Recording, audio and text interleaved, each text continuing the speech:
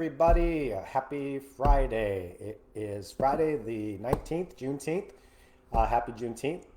I think the country should know a little bit more about Juneteenth and the end of slavery. And if you ask me, it would be a great national holiday. I mean, that's something we can all get behind and convince some conservatives on Capitol Hill to make it so. I think it could help go a long way. But happy Juneteenth, everybody. Again, we're not going to be doing many more of these. We're doing this one today on Friday, and then next week, Friday, it will be our last one. Not that we won't continue to update the community, probably once a quarter, but I don't think these are necessary every single Friday. So this is our second to last one. I want to remind everybody about the upcoming telethon on the 27th. We're so excited about it. We have so many different interviews and entertainers, and so much is going to happen for that 6-hour telethon, 12 to 6 on the 27th. We're looking forward to it. I want to thank everybody that participated last night in the Decision Day rally. I still am in shock that we won at the Supreme Court 6-3. I am very happy to see yesterday's DACA decision at the Supreme Court. That was a 5-4 decision. And for now, the DACA young adults are safe. There are thousands of LGBT DACA young adults, and I was glad to see that decision as well. So, but we did a Decision Day rally last night. We had an amazing panel of Aaron Knott from Equality Michigan, and Curtis Lipscomb from LGBT Detroit, and Amy Hunter from Outfront Kalamazoo, and who am I forgetting? It was myself, and Amritha from HRC talked about get out the vote efforts, and Kyle's going to link to it over here as well. So it's on our YouTube. I especially want to thank Senator Gary Peters, who showed up to be a part of the event and say hi to the community and congratulations to the community for finally winning workplace protections after so many decades of fighting. It is a historic decision for all of us. And now that the Supreme Court has deemed sexual orientation and gender identity as part of sex discrimination, as part of the definition of sex, I think it's a matter of time before we win in public accommodation and housing. Because how can the Supreme Court deem us as a part of the sex definition and sexual orientation and gender identity in workplace protection and not for the same sex discrimination in housing or public accommodation? So a huge decision for all of us. Check out the virtual rally yesterday if you weren't able to be a part of it. There's a lot of great content there as well. Jay Kaplan was also, by the way, a member of that panel from the ACLU, and he does a terrific job, as he always does, explaining the decision, explaining what challenges we still have. That was kind of, we were celebrating, but we were also talking a lot about what are the next steps. And obviously part of that is GOTV, get out the vote. And so we talk a lot about that and absentee voting and what that means and how to do it. And so check it out when you get a chance. Just play, have it running in the background, and I think you'll get a lot out of it. So food distribution. I know I talk about it every week because it's important and because it's every Friday that we actually have it being delivered outside of the back doors of Affirmations. Today, this Friday, 10 to 2, right now, we're delivering food boxes outside the back door. Remember that our volunteers and our staff have masks and gloves, and we just take the box and put it in their trunk or their back seat, so it's no contact.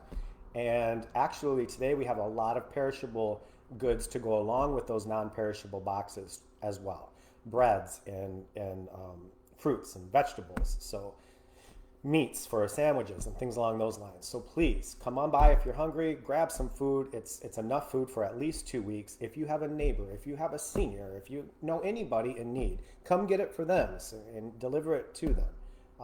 We don't want anybody to go hungry right now in this pandemic and how difficult times are.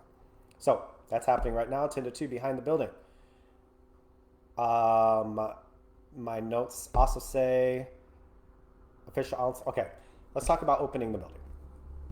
Right now, as I've said from the very beginning, we are going to take this in safe steps based on science.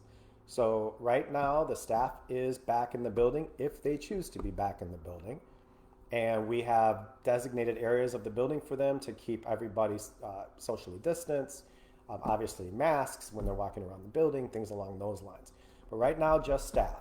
We are not ready yet for individuals to start entering the building unless they're part of the food program and volunteers helping to distribute. And again, we have safety protocols in place for them.